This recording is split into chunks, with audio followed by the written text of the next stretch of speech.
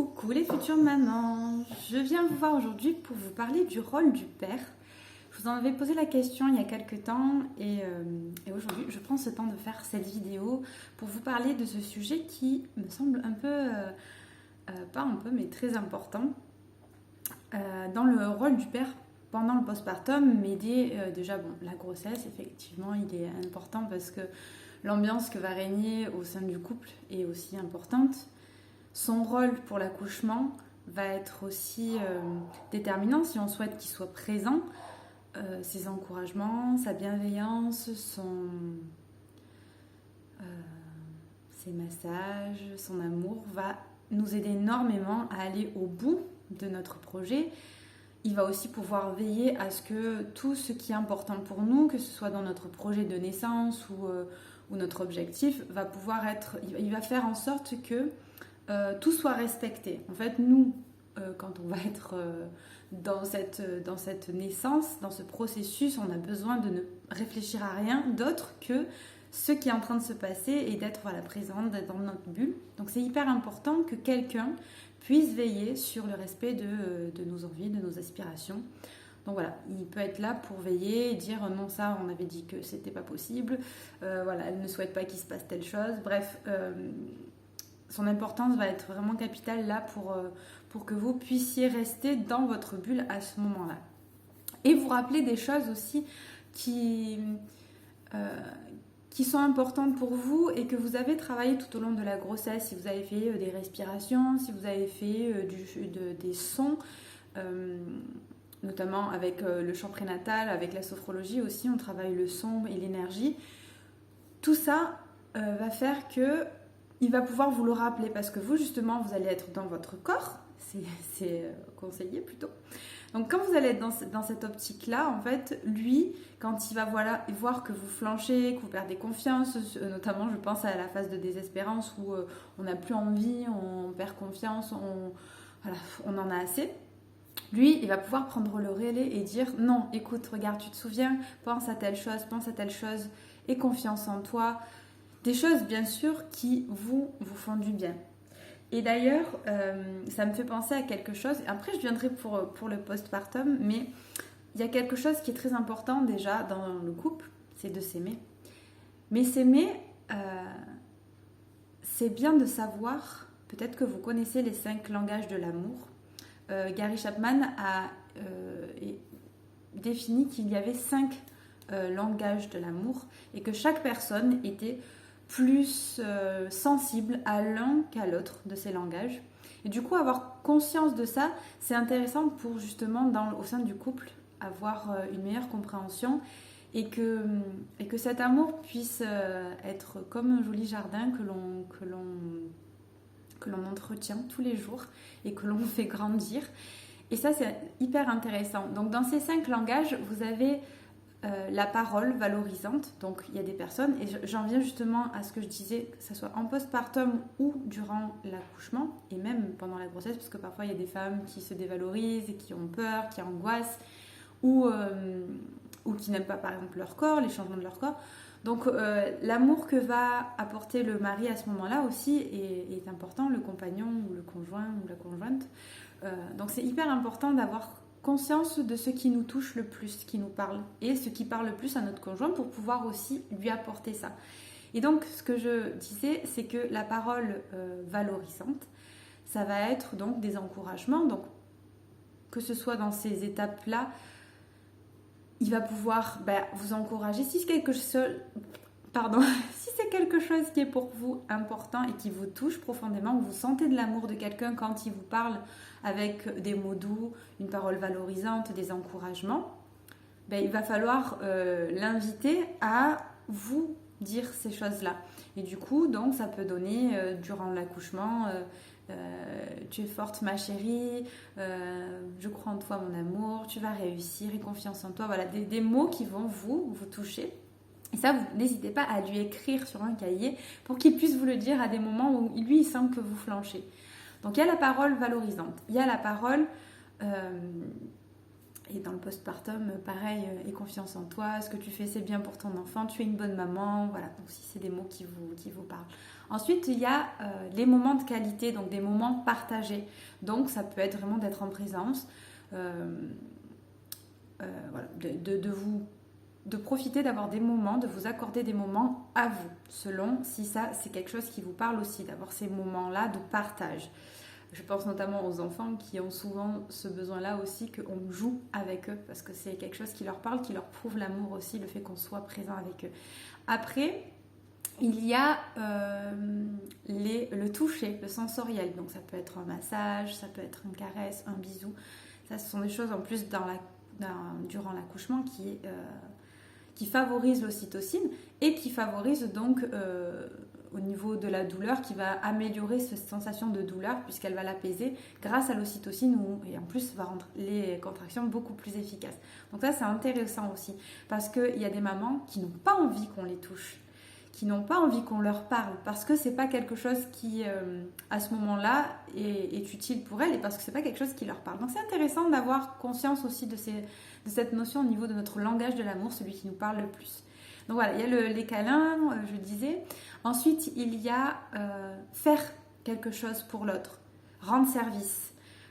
Il y a des personnes pour qui, quand quelqu'un va lui rendre service, donc peut-être aller lui faire des courses, lui préparer un repas, ranger le vêtement à sa place, voilà, faire des actions pour la personne, lui rendre service, ça va les aider à se sentir aimés aussi. Donc que ce soit dans votre sens comme dans l'autre, c'est intéressant, encore une fois, d'avoir conscience de ça. Et le dernier, c'est d'avoir... j'en étais où? Donc, il y a la parole valorisante, le fait de partager un moment de qualité. Il y a le fait de se faire des câlins et de se rendre service. Et le dernier, je vais y arriver, il était...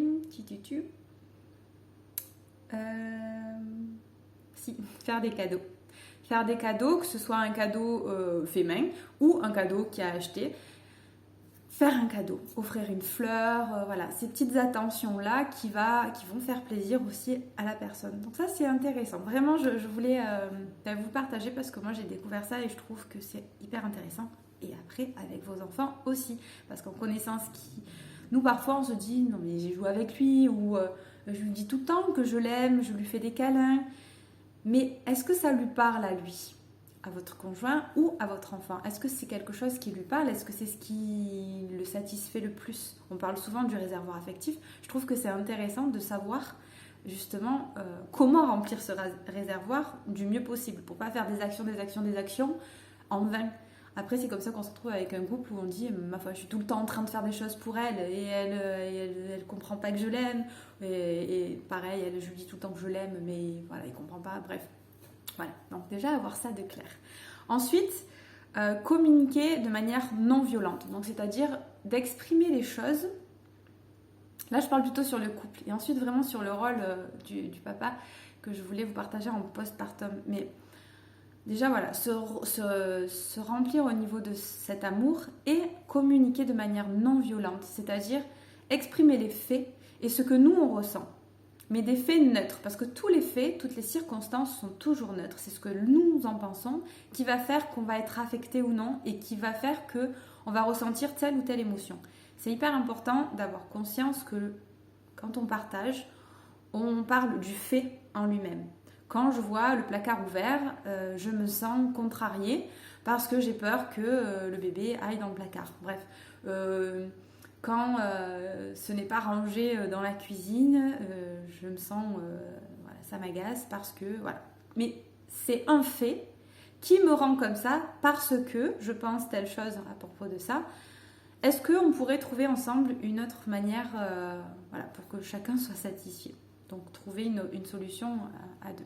Ça, c'est une manière de communiquer de manière non violente, sans accuser l'autre en disant quand tu laisses ouvert le truc, quand tu ranges pas tes assiettes dans le lave-vaisselle plutôt que...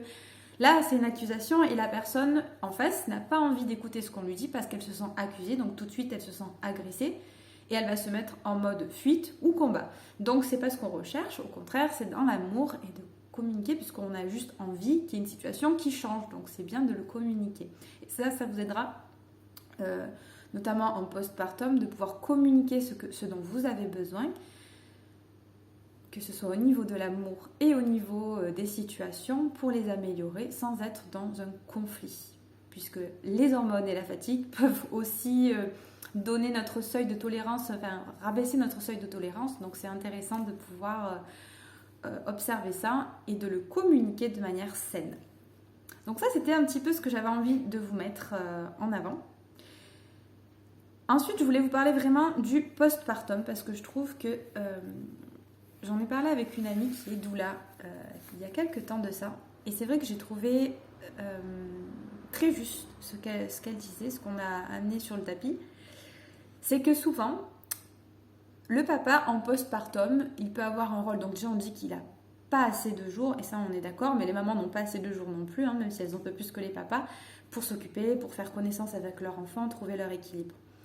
Et souvent, la problématique qui peut se poser, c'est que le papa va avoir un rôle, donc quand il est vraiment impliqué, l'autre parent du coup va avoir le rôle un peu de faire toutes les tâches qui sont autour de la maman. Donc la maman, elle va s'occuper du bébé.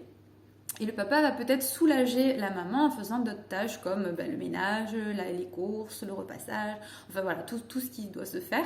Donc quand ça se passe dans le mieux pour la maman, j'ai envie de dire finalement c'est ce qui se passe. Mais finalement, tout ça, ça empêche aussi le papa de créer durant ces 11 jours là, il me semble, 11 jours qu'ils ont, ou 21, je ne sais plus. Bref, en tout cas, sur ce laps de temps-là, il me semble que c'est 21. Sur ce laps de temps-là, il ne va pas créer le lien avec son bébé. Alors que son rôle aussi, à ce moment-là, c'est de créer le lien avec son bébé. Donc toutes ces tâches, il peut s'organiser avant que ce soit quelqu'un d'autre qui s'en occupe. Et c'est là où la liste de naissance, je trouve, n'a pas sa juste valeur, puisque finalement, ce qui pourrait être le plus utile au bébé, c'est d'avoir des parents qui sont en lien avec lui, qui s'occupent de lui et qui sont bien. Donc, ce qui pourrait être utile en cadeau de naissance, c'est plutôt des heures de ménage, des repas tout faits, des personnes qui viennent plier le linge, vous aider. Et donc, si les personnes autour de vous n'ont pas forcément la possibilité de le faire, de faire une cagnotte pour que vous puissiez vous offrir les soins de quelqu'un, qui puisse le faire, les services de quelqu'un qui puisse venir vous préparer peut-être à manger ou des petits plats. Bon, ça en général, on peut demander dans la famille proche qu'on nous prépare des petits plats. On peut aussi s'organiser avant la naissance du bébé, mettre plein dans le congélateur ou les faire stériliser pour n'avoir plus qu'à les réchauffer. Donc ça, c'est intéressant parce que du coup, ça laisse la place au papa pour créer ce lien avec son bébé, apprendre à le connaître et être vraiment impliqué dans cette nouvelle famille qui vient de se créer. Donc c'est intéressant de se préparer autrement. Ensuite, il y a aussi souvent la question de l'allaitement où le papa, on dit oui, mais du coup, lui, il ne peut pas donner à manger. Il peut faire plein d'autres choses. Le papa, il peut donner le bain, il peut changer toutes les couches, il peut apporter à maman à boire, à manger, la nuit par exemple, apporter le bébé s'il n'est pas en cododo. Il y a plein d'autres manières qu'il peut aider le papa et créer ce lien avec le bébé. Pendant que maman se repose, fait une petite sieste, que le papa soit là en peau à peau, en portage. Il y a vraiment plein de manières pour créer ce lien et pour qu'il soit présent avec son bébé. Et je trouve que appuyer sur cette possibilité que le père n'est pas là non plus pour gérer tout ce qu'il y a autour de la maison, parce qu'on dit le père s'occupe de la mère qui s'occupe de l'enfant. Oui, c'est vrai, et je pense que c'est intéressant, important aussi. Mais replacer ça autrement et se dire que finalement, on peut faire en sorte que ce soit d'autres personnes, une autre organisation qui puisse permettre au père de trouver sa place et d'être auprès de son enfant, d'en profiter autant. Parce que je pense que c'est aussi peut-être un regret des papas de ne pas avoir ce lien-là très tôt avec leurs enfants.